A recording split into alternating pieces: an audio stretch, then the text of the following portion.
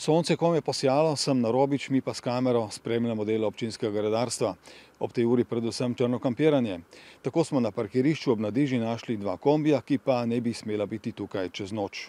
Globa je bila 70 evrov, poravnali pa so polovični znesek, to je 35 evrov. Torej na vozilo? Na vozilo, tako ja.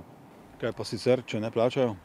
Če ne plačajo, jim izdamo potrdilo o zasegu dokumentov in potem pridejo v pisarno medobčinske uprave poravnati globo. 10 let ali pa še več nazaj so bile vse njive, vsi travniki popeščani od avtomobilov oziroma oropani, krompir pa koruza.